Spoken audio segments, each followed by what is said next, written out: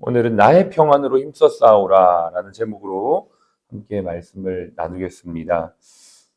이 3절의 말씀을 중심으로 말씀을 나눌 텐데, 이거를 그냥 읽으면 딱 이렇게 뭔가 이렇게 와닿지 않을 수가 있어요. 물론, 이제 와닿는 구절도 있지만, 그래서 쉬운 성경으로 제가 한 번 더 읽어 드리겠습니다. 한번 잘 들어보세요. 사랑하는 여러분, 원래 나는 우리가 함께 누리는 구원에 대해 기쁘게 편지하여 했습니다. 하지만 지금 긴급하게 방향을 바꾸어 하나님께서 성도들에게 단 한 번 완전하게 주신 이 진리의 믿음을 지키기 위해 필사적으로 싸우라고 권면합니다. 이런 내용입니다. 기쁨과 평안과 감사와 은혜를 전하는 메시지를 유다가 교회 성도들에게 나누려고 했는데 지금 상황이 너무나 긴급하여 방향을 바꿨다. 이렇게 얘기하면서 그 바꾼 방향이 뭐냐면 성도들에게 주신 단번에 완전하게 주신 이 진리의 믿음을 지키기 위해 필사적으로 싸우라는 권면을 하고자 이 지금 편지를 쓴다는 것입니다. 우리는 그리스도 안에 있기 때문에 평안과 기쁨이 늘 있습니다만 우리 주변의 상황들은 그렇지 않은 것 같습니다. 내가 평안하고 내가 기쁘면 다인가? 그렇지 않죠. 우리 그리스도인들은 항상 이 두 가지의 감정이 있습니다. 내 안에 주신 구원에 대한 감사와 평강이 있지만 한편으로는 세상을 향한 안타까운 마음, 또 뭔가 부채의식, 빚진 마음이 우리 안에 있습니다. 주님도 우리에게 너희는 세상의 빛이다 소금이라고 말씀하셨기 때문에 기본적으로 이 말씀을 믿는 우리가 이 세상을 볼 때 점점 어두워져가는 모습으로 인해 부채의식을 가질 수밖에 없는 것이죠. 아마 이곳에 있는 모든 분들이 그런 마음으로 이 아침에 또 예배하며 기도하고 있는 줄로 믿습니다. 제가 올 연말에 이 말씀을 좀 강해야겠다라는 마음을 든 것은 마무리하면서 또 내년을 어떻게 우리가 나아가야 될지에 대한 포커스를 함께 나누기 위함입니다. 우리가 매일매일 똑같은 예배를 드리는데 우리의 예배는 무엇을 향해 있습니다. 어딘가 사실은 방향을 향하고 있다는 거죠. 물론 예배라는 것 자체가 하나님을 향한 감사와 영광의 시간이지만 예배 끝난 이후에 우리의 삶이 어떻게 가야 될지에 대한 방향이 있다는 것을 제가 말씀을 드리는 것입니다. 삶의 예배 자리가 있는 것이고 삶의 예배 자리에서 우리는 어떠한 사람이 되어야 될지, 어떠한 직원 선교회가 되어야 될지, 어떠한 사랑 플러스 병원이 되어야 될지는 항상 우리가 염두에 두어야 되고 그것이 우리의 기도 제목이 될 때 우리는 좀 더 집중력 있는 예배를 드리게 될 줄로 믿습니다. 다시 한번 3절을 읽어 드릴게요. 한번 귀로 들어보십시오. 사랑하는 여러분, 원래 나는 함께 누리는 구원에 대해 기쁘게 편지하려 했습니다. 하지만 지금 긴급하게 방향을 바꾸어 하나님께서 성도에게 주신 단 한 번 완전하게 주신 이 진리의 믿음을 지키기 위해 필사적으로 싸우라고 권면합니다. 두 가지 포인트로 함께 좀 말씀을 나누고자 합니다. 첫 번째는 단번에 주신 구원입니다. 이 쉬운 성경에서의 표현은 우리의 구원이 단번에 주셨다라고 말합니다. 이것은 우리가 믿는 믿음의 도가 수정되거나 추가될 필요가 없는 완전한 것임을 말하는 것입니다. 우리는 오늘도 걷는 이 길이 믿음의 길이요 예수님이 먼저 가신 생명의 길인 줄로 믿습니다. 예수가 길, 진리, 생명이십니다. 우리 한번 옆에 있는 분에게 그렇게 인사합시다. 예수가 길, 진리, 생명이십니다. 예수가 길, 진리, 생명이십니다. 이 길은 그리스도께서 그리스도 안에서 그리스도를 통해 완성된 구원의 길이죠. 오늘도 우리는 앉아있지만 걸어가는 자들입니다. 그렇죠. 일을 하지만 구원을 향해 가고 있는 자들입니다. 항상 우리는 이걸 잊지 않고 있는 거죠. 내가 아무리 바쁘게 분주하게 다닌다고 해도 내 길은 정해져 있다는 거. 이것 때문에 우리는 어떠한 마음을 가집니까? 평안한 마음을 가집니다. 안정감을 가지는 것이죠. 그래서 이 구원받은 백성들이 누릴 수 있는 안정을 절대적인 평안이라고 말하면서 이 평안이 그리스도 안에 있다. 그래서 찬양도 그런 고백이 있죠. 내 영혼이 확정되고 확정되었사오니 믿음의 눈 들어 주를 바라봅니다. 어떤 상황 속에서, 모든 상황 속에서 우리는 그런 신앙의 고백을 하는 자들이죠. 요한복음 14장 27절에 예수님께서 제가 정말 좋아하는 말씀이거든요. 평안을 너에게 주노니 곧 나의 평안을 너에게 주노라. 내가 주는 것은 세상이 주는 것과 같이 아니하다. 저는 여기에서 나의 평안으로 힘써 싸우라. 오늘 말씀이 그런데요. 나의 평안은 예수님의 평안입니다. 우리가 어떤 예수님, 하나님, 성령님을 지칭할 때는 영어에는 대문자를 쓰잖아요. My peace라고 할 때 이 P는 대문자 P입니다. 세상의 P는 소문자죠. 근데 이 P는 대문자 P입니다. 나의 평안을 너에게 주노라. 예수님 말씀하신 My peace는 무슨 평안인가요? 환경에 지배받지 않는 평안입니다. 예수님 지금 이 고백, 이 말씀을 남기실 때의 상황은 십자가 상황이에요. 그죠? 폭풍 속의 평안인 것이죠. 세상은 문제가 없거나 모든 필요가 채워지는 상태를 평안하다라고 말합니다. 걱정거리가 없는 편안한 상태를 평안이라고 말하지만 성경에서의 평안은 폭풍 속에서도 누리는 평안인 것이죠. 바로 예수님께서 이 환경에 지배당하지 않는 나의 평안을 너에게 준다라고 말씀하고 계시죠. 두 번째는 연합과 신뢰에서부터 오는 평안입니다. 하나님 아버지와 늘 연합해 계셨던 예수 그리스도는 주님에 대한 완전한 신뢰를 가지고 계셨습니다. 지금 상황이 고난이고 죽음을 앞두고 있는 상황이지만 하나님에 대한 절대 신뢰와 연합은 그 모든 폭풍 상황을 이길 수 있게 하는 힘이 되시는 거죠. 우리가 이 아침에 늘 예배하는 이유는 주님과의 연합을 확인하고 주님을 온전한 신뢰함 가운데 나아가서 오늘도 펼쳐질 우리의 일터에서의 여러 가지 복잡한 상황 속에서도 그 평안을 잃어버리지 않게 하기 위함인 줄로 믿습니다. 나의 안에 거하라. 나는 내 하나님이니 모든 환난 가운데 너를 지키는 자라. 두려워하지 말라. 내가 너를 도와주리라. 놀라지 말라. 내 손 잡아주리라. 오늘 수술자가 굉장히 많으시더라고요, 병원장님. 주님께서 수술하는 모든 시간 우리 병원장님의 손을 우리 주님이 붙잡아 주실 줄로 믿습니다. 연약한 허리를 붙잡아 주시고 힘을 주시고 처음부터 끝까지 주께서 동행하여 주실 줄로 믿기 때문에 주님이 주시는 평안함으로 수술할 수가 있는 것이죠. 그렇게 할 때 모든 것이 잘 이루어지게 될 줄로 믿습니다. 이 나의 평안은 어떠한 평안입니까? 성령 안에서 주시는 선물과 같은 평안입니다.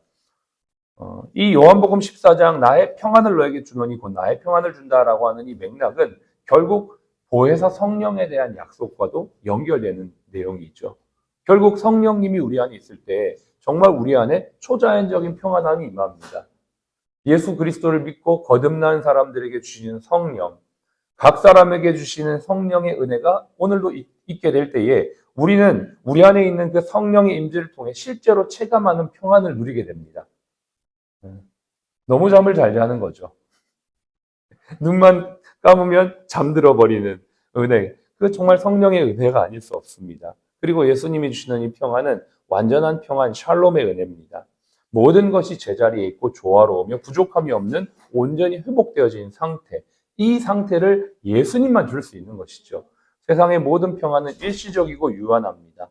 상황에 따라 바뀌고 영원한 게 없습니다. 그러나 예수님이 주시는 나의 평안은 완전한 샬롬의 상태에 온전한 회복을 주신다라는 것이죠. 이러한 평안으로 우리가 살아갈 수가 있습니다만 성도의 삶이 그렇게 늘 편안하고 안락한 삶만을 보장하는 것이 아니죠. 오히려 반대입니다. 살아간 세상 속에서 치열한 믿음의 싸움이 있다는 것을 두 번째 말해주고 있습니다. 싸움이 있습니다. 여기에서 오늘 우리가 읽었던 이 내용에도 힘써 싸우라 라고 말했는데요. 이 단어는 운동 경기에서 승리하기 위해 모든 에너지를 쏟아붓는 투쟁적인 싸움을 말합니다. 그냥 널널한 싸움이 아니에요. 모든 것을 다 쏟아붓는 싸움을 말합니다. 여러분, 우리가 정말 신앙생활 하면서 내 모든 것을 쏟아 부어서 신앙의 길, 믿음의 길을 가고 있는가? 한번 정말 자문해 보아야 합니다. 저는 병원에서 사역하면서 참 감사한 것이 삶과 죽음의 늘 경계에 있습니다. 어저께도 저희 병원에 입원하셨던 한 집사님이 돌아가셨다는 연락을 받았습니다. 그 아내 집사님이 저희가 같이 예배도 하고 주일날도 같이 예배하고 했던 집사님이신데 꽤 오랜 시간 투병하시다가 어저께 소천을 하셨습니다. 오늘 그쪽 가서 또 좀 위로를 해드려야 될 것 같은데 어쨌든 그러한 모든 과정 가운데 무엇이 있습니까? 삶과 죽음의 경계에 있다는 것을 봅니다.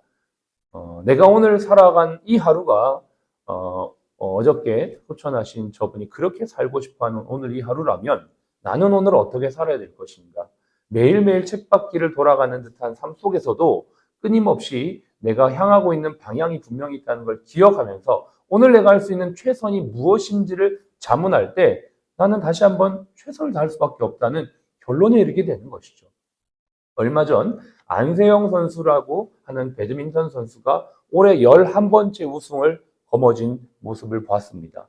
그런데 중국 선수와 마지막 게임을 하는데 2대1 스코어로 이겼거든요. 근데 두 번째 세트에서 발에 무릎에 쥐가 나는 상황이 되었습니다. 굉장히 고통스럽습니다. 여러분 쥐를 아마 당해보신 분, 겪어보신 분은 그게 풀려져도 근육이 한번 이렇게 충격을 받아가지고 그 다음 경기를 하면 또 쥐가 올라오고 또 쥐가 올라오고 이런 경우들이 있거든요. 굉장히 또 고통스럽습니다. 근데 그러한 고통에서도 투쟁하듯이 정말 싸웠고 결국 우승을 거머쥐게 되었죠. 여러분 그 선수를 보면서 저는 정말 우리가 믿음의 면류관을 얻기 위해 우리는 어떻게 싸움을 싸우고 있는가? 오늘 성경은 힘써 싸우라고 말하고 있는 것입니다. 승리를 위해 구원이라는 이 승리와 하나님의 사명을 위한 이 영광을 위해 힘써 싸우라고 우리에게 권면하고 있어요.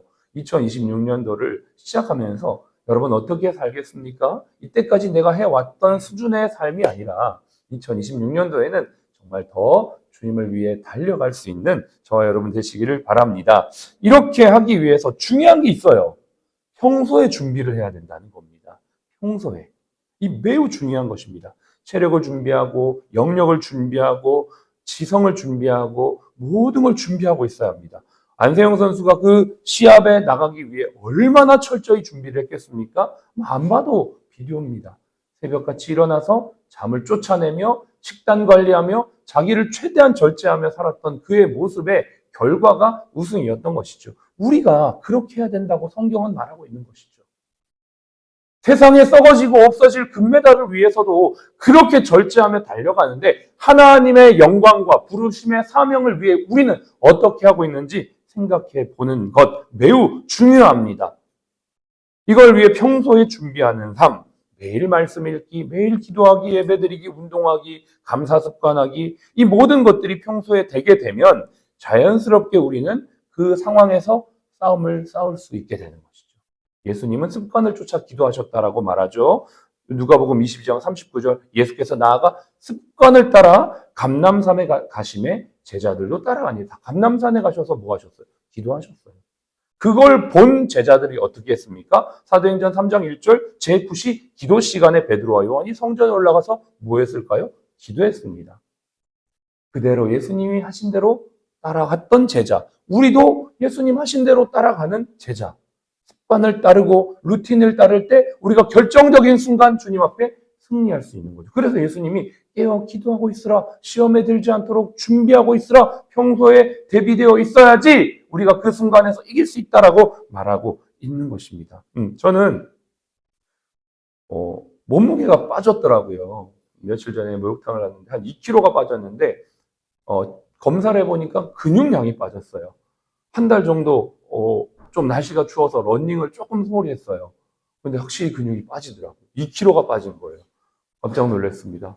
와, 엄청 근손실 왔네? 이러면서 어쩐지 요즘 허리가 조금 아픈 것 같더니만 이게 역시 이렇게 바로 몸으로 나타나는구만.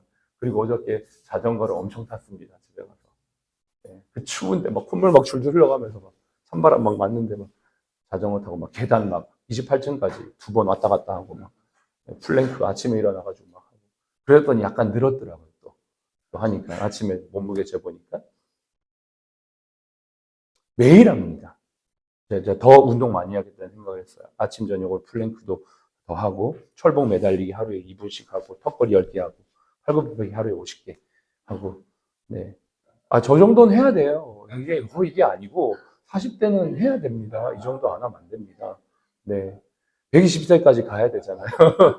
주님 언제 부르실지 모르지만 그래도 내가 그렇게 준비하는 마음 주님이 오늘 당장 오라고 가야죠. 그렇지만 내가 120세까지 사명 감당하겠다는 마음으로 준비하는 것입니다. 여러분 안세영도 그렇게 금메달 하나 따려고 애를 쓰는데 우리는 뭡니까? 우리는 영원한 면류관, 영원한 상급 영원한 천국.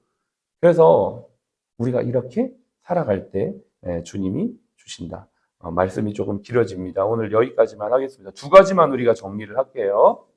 하나는 우리의 구원이라는 건 단번에 주셨다. 완전하다.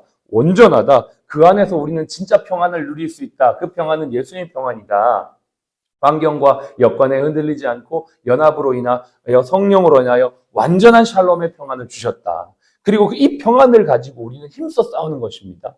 힘써 싸우는 우리. 그러면 내일은 어떠한 싸움을 싸워야 될 것인지에 대해서 좀 말씀을 나누겠습니다. 우리의 싸움은 적극적으로 뭘 뺏고 이런 게 아니에요. 우리의 싸움이. 성도의 싸움은 완전히 질적으로 다른 내용인데 그 부분을 내일 함께 나누도록 하겠습니다. 기도하겠습니다.